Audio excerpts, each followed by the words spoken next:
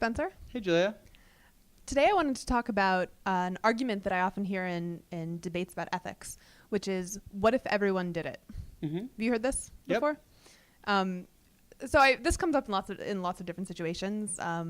Usually cases in which one person doing something wouldn't have a detrimental effect, but if everyone did it, then the world would be in trouble, like voting, or not voting, or Kant famously used this universalizability principle as an argument for why something like lying was immoral. This one lie may not hurt anyone if no one ever finds out about it, but if everyone in the world lied, then no one could trust each other, and social cohession would break down, and nothing would work. And it would actually defeat the purpose of the lie, because no oh, one right, would trust that's each other crucial. anymore. Right, totally. So his point is, like, your hypothetical lie wouldn't work if everyone lied, and so that has to be called immoral. Can you think of any other cases where this has come up? Oh, I can think of a case, actually. Sorry. This sometimes comes up in arguments against gay marriage. What if everyone got gay married? Then there would be no kids, which is kind of one of my favorite examples. Mm-hmm. I like the idea that the only reason straight people aren't getting gay married is out of a sense of duty to their species. Right. Yeah. So I think an interesting counterexample to this is, let's suppose every single person in China jumped at the same exact time.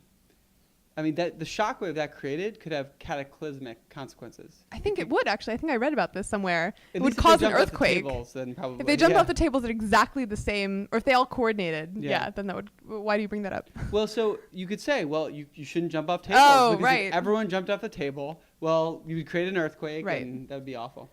Right. And that's sort of similar to the way it almost feels churlish to rebut the argument against gay marriage, because it's just like, it's so easy. But one of the things I say is, well, then no, I clearly shouldn't become a police. I shouldn't join the police force, because if everyone joined the police force, then there would be no farmers, and we would all starve to death. I mean, it's just so easy. But so the reason I thought this was an interesting topic is that I think the argument is more valid sometimes than others. Mm-hmm. So in cases like this, like the getting gay married one or the profession one, it's not something that, like, people would never want to all do one thing or the other, and so it's sort of a matter of different tastes, and we need people to all do different things, which makes it kind of ridiculous to use the what if everyone did it example, because it would never apply. So it's a little tougher, I think, to rebut when there is some task that no one really wants to do, but people do it with the understanding that we need sort of a critical mass of people to do it, or we'll all be in trouble.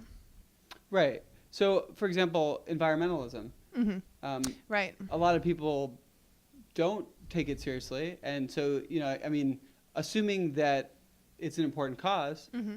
If those people who are taking it seriously stopped, then that may mean that the world never takes it seriously, or that we never do anything about it. Sure. Recycling, for instance. Mm. If one person recycles, that really just doesn't make a difference.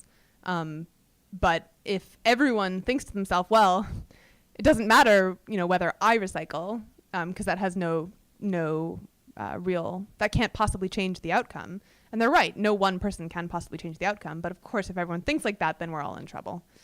So that's trickier. Mm-hmm. This is a little bit like a free rider kind of problem, because Yeah. I mean, if you have, like, say there's a community garden, Mm-hmm. and if one person doesn't do their share in taking care of it, well, no big deal, right? But if everyone sort of thinks like, oh, well, if I don't do my share in taking part of it, no big deal. Well, then guess what? You end up with a slum for a garden. Sure. Yeah.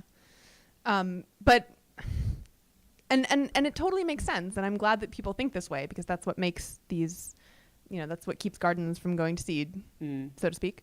But it still bugs me a little bit, because it doesn't really quite feel like it really bridges the logical gap there. Like, right, there's a flaw in the logic. It does seem that way, right? Because it doesn't. I mean, my decision just doesn't have any. It has very little bearing on other people's decisions. So whether I recycle or whether I vote or whether I do any of these things isn't going to really change whether other people do them. I mean, it'll have a slight effect, right? Like if other people see me not recycling, they might be a little bit more inclined to not recycle. But it's a small effect. It just can't have any bearing. Sorry. Well, I think it's interesting to differentiate between cases where you literally, if you stopped, you'd literally have no change in effect. Mm-hmm. In cases where you would have a change in effect, and it would sort of be proportional to the number of people stopping in some sense. Like, Well, so voting is an interesting example where let's just consider a very local little election. mm-hmm. If you don't cast your vote, like there's some probability that you will actually change the election completely. Mm-hmm. So like in a probabilistic sense, It's very small. it will depend. I mean, that's I mean- a very small little local election. Where Oh, there are local, not- there are okay, not yeah, that many okay, people sure. voting. You could actually swing the outcome, and so if over your entire life on a very tiny little local election, maybe you would Mhm. change outcome once or something like that. Right. So that would have a real difference. But there are other cases where, in fact, whether you do it or not, because other people are going to do it, it really makes no difference at all. So an example for that would be, let's say there's some kind of job that's helpful for everyone, like being a garbage man, Mhm. but the city's only going to hire, a certain number of garbage men. So you could say like, well, if you can't say you shouldn't drop out being a garbage man because, well, if everyone did that, then no one would pick up the garbage, because that's simply not true. Your job would simply be replaced. So you being there is not at all essential. It has no effect on whether the garbage is picked up, essentially. Right. So that's kind of similar to the argument that I use in cases like this, which is if I can be really confident that I know how many other people are doing this essential thing, Mhm. and it's clearly well above the minimum number needed to get the sort of collective benefit, then I don't feel like I can be taken to task for not Mhm. doing it. So the thought experiment I use is if there were a kid drowning in a pool. Man, kids seem to drown in pools a lot in my thought experiments. It's like my version of the train tracks experiment. Mhm. Anyway, so obviously, like someone needs to save him. But if I can see that there are already 25 people running over to the pool to try to help him, all we need is, I don't know, a couple people to fish him out of the pool at most. So I probably wouldn't go over to help. As long as I could see that there were already, at least 20 people running over to help him, Mhm. because my help would just not make any difference. So maybe the key question when you're considering what if everyone else did it is relevant to your situation is whether you can be confident that there are already enough people doing Yeah. thing. So I think that a few things to take into account if you're making a decision like that. Mhm. One is, are you really having an effect by changing your decision? Mm-hmm. And if the answer is no, there's absolutely no effect, either influencing other people or a direct effect, like in the election example, where you might actually change that election.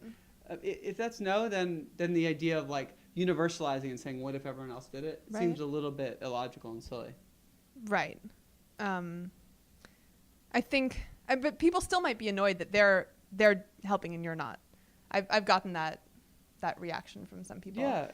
And all I can say is that I will pitch in whenever it looks like it's needed, I guess. In fact, that was sort of my reaction to Kant's universalizability principle, Mhm. that not helping out when other people is actually universalizable, because my rule is not I won't help out. My rule is I will help out when it looks like there's a need for it, and Right. that's a universalizable rule, which also allows me to not go run over and help a kid if there are already enough people doing it. Mhm. And it's totally symmetrical. It's not privileging myself over others, I think. Maybe next time we can go deeper into the categorical imperative of Kant and see Oh, whether yeah. it really is a valid way of making ethical arguments. I've got a lot to say about Kant.